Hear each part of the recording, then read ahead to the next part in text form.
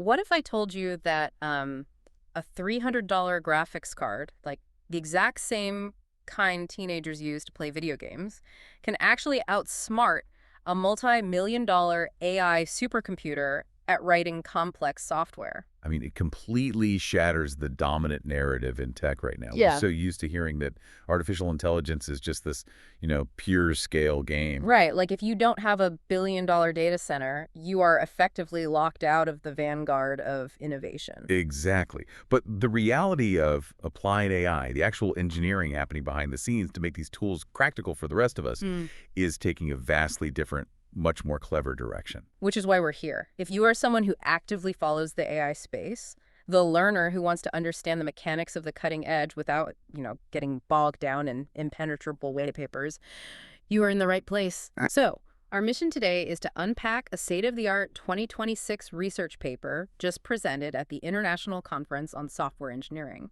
It's titled Improving Code Generation via Small Language Model as a Judge.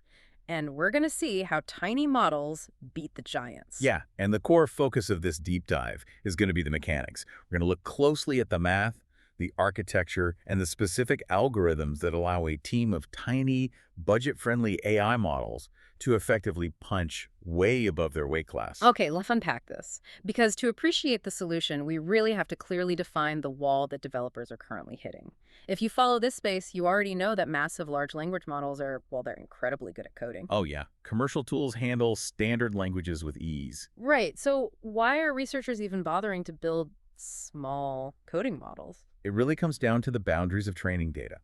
Massive commercial models are phenomenal at writing Python, Java, or JavaScript because there are literally billions of lines of open source code on the internet for those models to scrape and learn from. Makes sense, they've seen it all before. Exactly. But consider the reality for a major bank or an aerospace manufacturer or even a mid-sized tech startup. These organizations operate on highly custom proprietary systems. Right, they aren't just building generic web apps, they are often using a domain-specific language like a DSL. Precisely. And because that DSL was invented internally, it has never existed on the public internet. The commercial models have just never seen it. So if you prompt an off-the-shelf massive LLM to write a function in a proprietary DSL, The performance just plummets. It suffers from what we call an out-of-distribution failure. Because it lacks the statistical foundation for that specific syntax, it essentially starts hallucinating or, generating confident gibberish. which means the company is completely stuck. I mean, they are entirely locked out of the AI productivity boom because they can't send their proprietary code to a public cloud for security reasons. Yeah, And the public models don't understand their code anyway, so they have no choice but to build and host an in-house code generator. exactly. And historically, to build an in-house code generator that actually works, you needed an open source model with tens of billions of parameters. Let's look at the raw hardware requirements detailed in the research. Let's hear it. If you want to run a 27 billion parameter model like Gemma 3 just to deploy it for inference so your developers can actually use it, you need an enterprise-grade NVIDIA A100 GPU. And just for context for you listening, an A100 is roughly a $17,000 piece of hardware. It is. And if you want to run an even larger 70 billion parameter model like Llama 3.3 to get better accuracy, you need 3 of those GPUs linked together. Oh, wow. Yeah, that is a $50,000 hardware investment just to serve autocomplete suggestions to your developers. So it's like needing a highly specialized translator for an ancient internal dialect, but the only way to hire one is to buy them a $50,000 office. That's a great way to put it. The overhead completely prices out the middle of the market. Small and medium businesses just can't do that. It's financially unviable. And this is exactly the problem that small language models, or SLMs, are designed to solve. When you say SLM in the context of this paper, we are talking about models with fewer than 5 billion parameters. Okay. Because their memory footprint is so small, they don't require an A100. You can run them locally on a standard consumer-grade NVIDIA RTX 3060. Which is roughly a $300 graphics card, so you are dropping your hardware costs by a factor of 50. Exactly. But this is where the logic seems to break down for me. If I am swapping a $17,000 super brain for a $300 basic brain, I am losing tens of billions of Yeah, parameters. you are. I am losing the vast majority of the model's neural connections. There is no way a tiny model catches complex, multi-layered logic bugs. Like, it isn't going to write code as perfectly as a 70 billion parameter giant. On the first try, no, it absolutely will not. And that is the architectural paradigm shift this paper introduces. The researchers recognize that relying on a single, massive model to generate a perfect answer in one shot is a really brittle architecture. Yeah. So instead, they decentralize the task. They take that cheap, fast SLM and ask it to generate 10 different candidate solutions to the exact same prompt. Okay, I love the mechanics of this. It reminds me of like a Hollywood writer's room. Instead of paying one legendary, wildly expensive screenwriter to deliver a flawless script on the very first try, which is high stakes and prone to failure anyway. Right, totally. You hire a room of enthusiastic interns to write 10 quick, decent drafts, and then an editor to pick the best one. That is a perfect structural analogy. But it introduces an immediate secondary problem. If you generate 10 candidate solutions, how do you know which one is the correct one? Well, you need the editor. Exactly. Because if a human developer has to read and debug 10 different code snippets, you haven't saved them any time. You have actually created more work. So the researchers use a second small language model to act purely as a judge. Yes. Its only job is to look at the prompt, look at the candidate code, and mathematically score how likely it is to be correct. That's brilliant. Now, to be clear, the concept of a code ranker, or an AI judge, isn't entirely new to 2026. The paper references a 2024 technique called RankEF, which used a much older 770 million parameter model called Qwen2.5 plus A. Right, I've heard of that. But RankEF was highly complex because it relied on execution feedback during its training phase. It had to actually compile and run the code through unit tests to learn what worked. Which is incredibly computationally heavy and slow. Highly inefficient. The researchers behind our source material wanted to test if the absolute newest generation of SLMs could serve as highly accurate judges purely by reading the code without ever needing a compiler or execution feedback during training. Wait, if this $300 model isn't smart enough to write the code perfectly itself, how does it have the capacity to evaluate it? That's a common question. Like, if it doesn't know the right answer, how can it spot the right answer in a lineup? Isn't that the blind leading the blind? What's fascinating here is that generation and evaluation are fundamentally different mathematical tasks for a neural network. Generating code is autoregressive. Okay, break that down for me. Sure. The model has to predict the next token out of thousands of possible vocabulary options over and over again in sequence. It is a massive search space, and one wrong token can break the entire function. It is a precarious tightrope walk. Oh, I see. But judging is different. Completely different. Evaluating is a binary classification task. The model is looking at the completed sequence as a whole and asking a simple yes or no question, does this sequence match the logical pattern of working code? Ah, okay. Conceptually and mathematically, pattern recognition is a much lighter cognitive load than sequential creation. Okay, that makes sense on paper. But before we can trust this team of interns to handle enterprise code, we have to actually prove the tiny model is a competent judge. And that is precisely what the researchers tested first. To answer their first research question, they took state-of-the-art SLMs models like Qwen2.5 Coder 3B, Llama 3.2 3B, and Gemma 3 4B and tested them out of the box. Meaning a zero-shot setting. Yeah, exactly. Zero shot. The models were given no previous examples and just asked to evaluate code candidates. So how did they perform? They failed miserably. Wow. Yeah. To measure their success, the researchers used Cohen's Kappa, which is a statistical metric that measures agreement between the AI's judgment and the actual reality of whether the code passed unit tests. And it explicitly accounts for random chance, right? You got it. A score of 1 is perfect agreement. 0 is no better than random guessing. Let me guess. The tiny models were close to 0. Well, Qwen2.5 Coder 3B, which performed the best out of the group, only hit a 1.35 Kappa score. Ouch. Yeah, that is mathematically categorized as merely fair agreement. The Llama and Gemma models were even worse, hovering around 0.20 and 0.10. They were effectively just flipping a coin. So my skepticism holds up. Out of the box, the interns cannot edit each other's work. Out of the box, yes. But here's the critical intervention. The researchers didn't stop there. They took these SLMs and fine-tuned them. Okay. They created a highly curated training data set consisting of tens of thousands of examples of correctly and incorrectly written code. So they force the editor to study exactly what a logic bug looks like. Precisely. And fine-tuning is powerful because it actually updates the neural network's internal weights. It shifts the model's mathematical focus toward recognizing the specific patterns of false positives, those subtle edge case logic errors that an out-of-the-box model just glosses over. And what happened to the Kappa score after fine-tuning? It changed the dynamic entirely. That same Qwen2.5 Coder 3B model jumped from a 0.35 Kappa score to a 0.57. It crossed the threshold into moderate agreement. That's a huge jump. It is.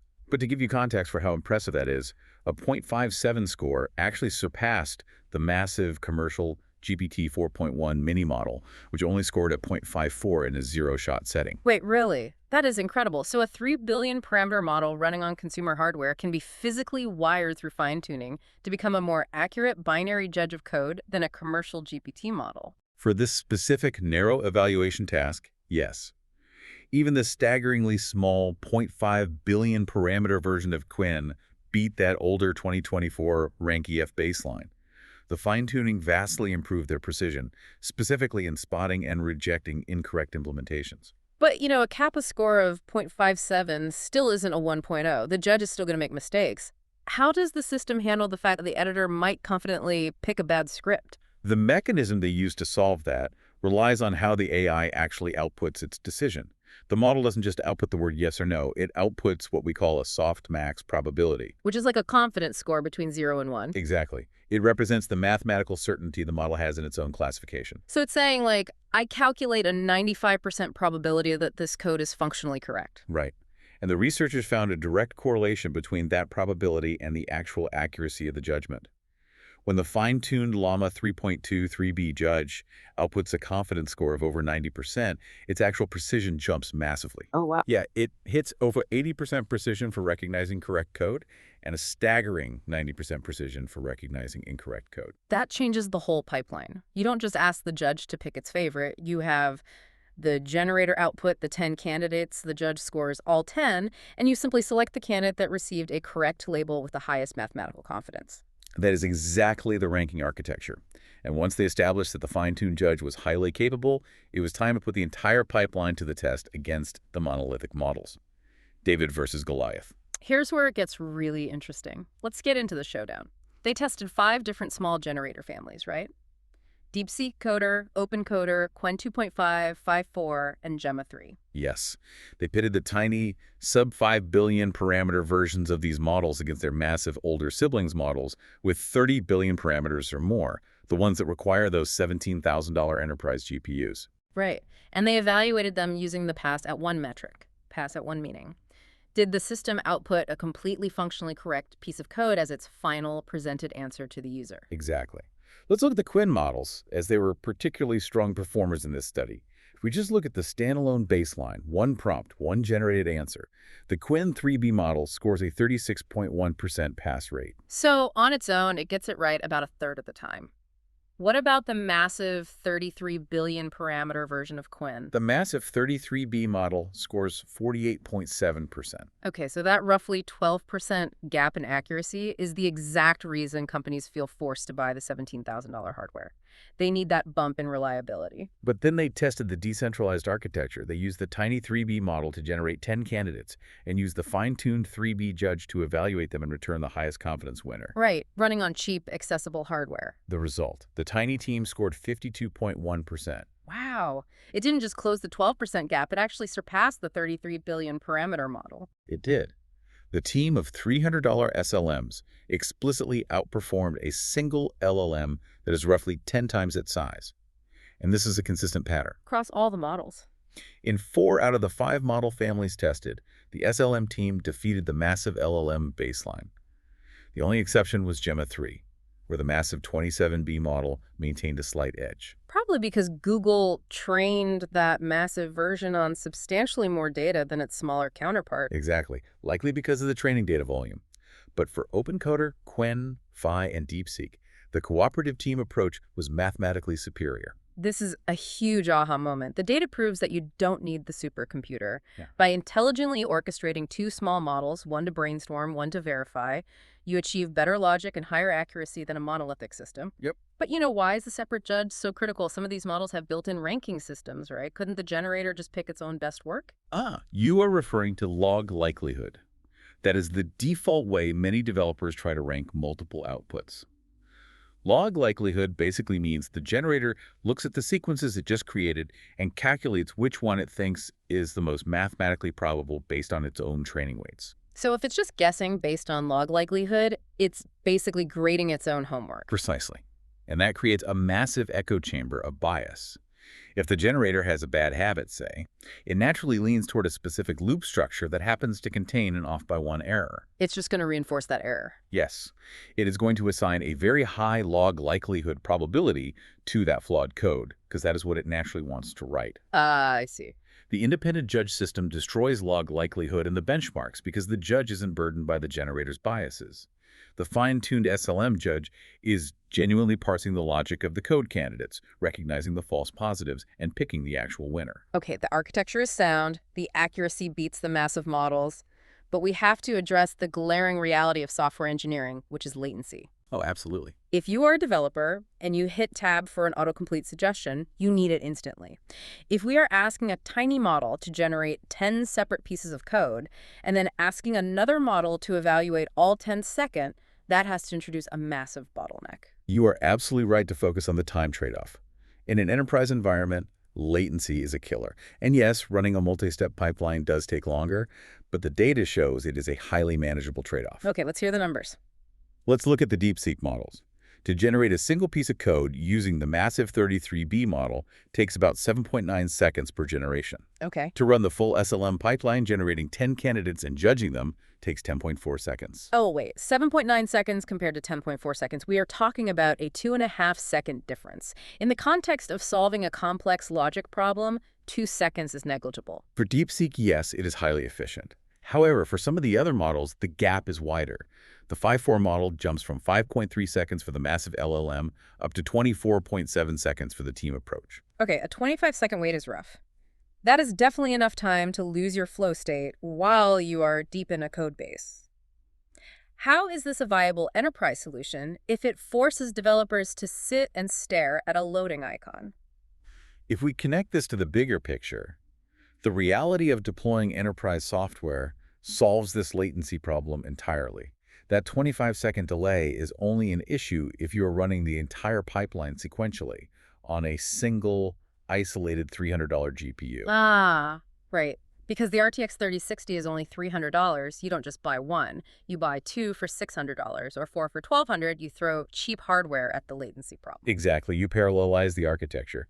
You can have multiple GPUs generating candidates simultaneously, while another GPU begins evaluating them the millisecond they're produced. Which you can afford to do because they're so cheap. Right. And to understand why parallelization on cheap hardware is so critical, we have to look at how real developers use these tools. An internal study at Microsoft revealed that a single developer receives an average of 1,150 Copilot recommendations every single week. Over 1,000 prompts a week per developer. That is a massive volume of inference requests. It is. And because developers spend most of their time reading and comprehending code rather than physically typing it, those 1,150 requests don't trickle in evenly. They come in intense, concurrent bursts. So let's map this onto the massive LLM approach. If a company buys one $17,000 A100 GPU to run a 33 billion parameter model for their whole team, what happens when those bursts hit? The hardware buckles. Because an A100 is physically limited by its VRAM, its video memory hosting the context windows for multiple concurrent code bases eats up that memory immediately. Based on the inference times detailed in the study, a single A100 GPU becomes completely bottlenecked if just 6 developers are trying to use it concurrently. Wait, I really want that to sink in for you listening. A company spends $17,000 on a state-of-the-art supercomputer chip, and it can only reliably support 6 developers at a time before the latency becomes unusable. Yes. So if you are a mid-sized company with a software team of 60 people, you don't just need one A100, you need 10 of them. That is $170,000 in raw hardware costs. Just to run a glorified autocomplete for an internal coding language. Exactly. The monolithic LLM approach is fundamentally financially unscalable for proprietary in-house tools. But with the SLM team approach, you can scale the hardware linearly for a fraction of the cost. You can build out an entire server rack of 50 consumer-grade GPUs for the exact same price as a single A100. Yes, exactly. You parallelize the generation, you parallelize the judging, you eliminate the latency bottleneck entirely, and you can reliably serve your entire company. That's amazing. The cheap SLM swarm isn't just a clever academic trick. It is mathematically the only viable way for the middle of the market to deploy highly secure, highly accurate internal AI tools. So what does this all mean? It means for a fraction of the cost, companies can build their own custom, highly secure coding assistants that actually punch above their weight class. It is a profound shift in how we architect intelligence. It really is. The assumption has always been that the only way forward is to build a bigger brain. But this research proves that a decentralized system, a cooperative team of specialized lightweight models, can navigate complex logic just as effectively, if not better, than a monolith. You don't have to surrender your proprietary code to the public cloud, Oh, and you don't have to bankrupt your IT department buying supercomputers. right. It democratizes access to the cutting edge of software engineering. It proves that clever engineering and architectural strategy can still outmove a raw financial scale. I want to thank you, the listener, for joining us on this deep dive into the architecture of modern AI efficiency. But before we wrap up, I want to pivot slightly. We've proven this architecture works miracles at the 3 billion parameter scale. Where does this methodology go next?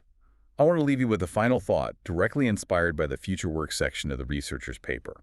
We just spent this entire time unpacking how a 3 billion parameter team can outperform a 33 billion parameter model. Yeah. But what happens when we apply this exact same decentralized team of judges concept to the monolithic giants? Oh, wow. If developers start prompting state-of-the-art 100 billion parameter models to generate 10 highly complex candidate solutions, and then use another fine-tuned 100 billion parameter model to judge and refine them, we are no longer just talking about saving money on hardware. We are talking about unlocking a level of artificial general intelligence in coding that a single model simply cannot achieve on its own. Exactly. The implications for the very near future are just staggering. That is a staggering thought.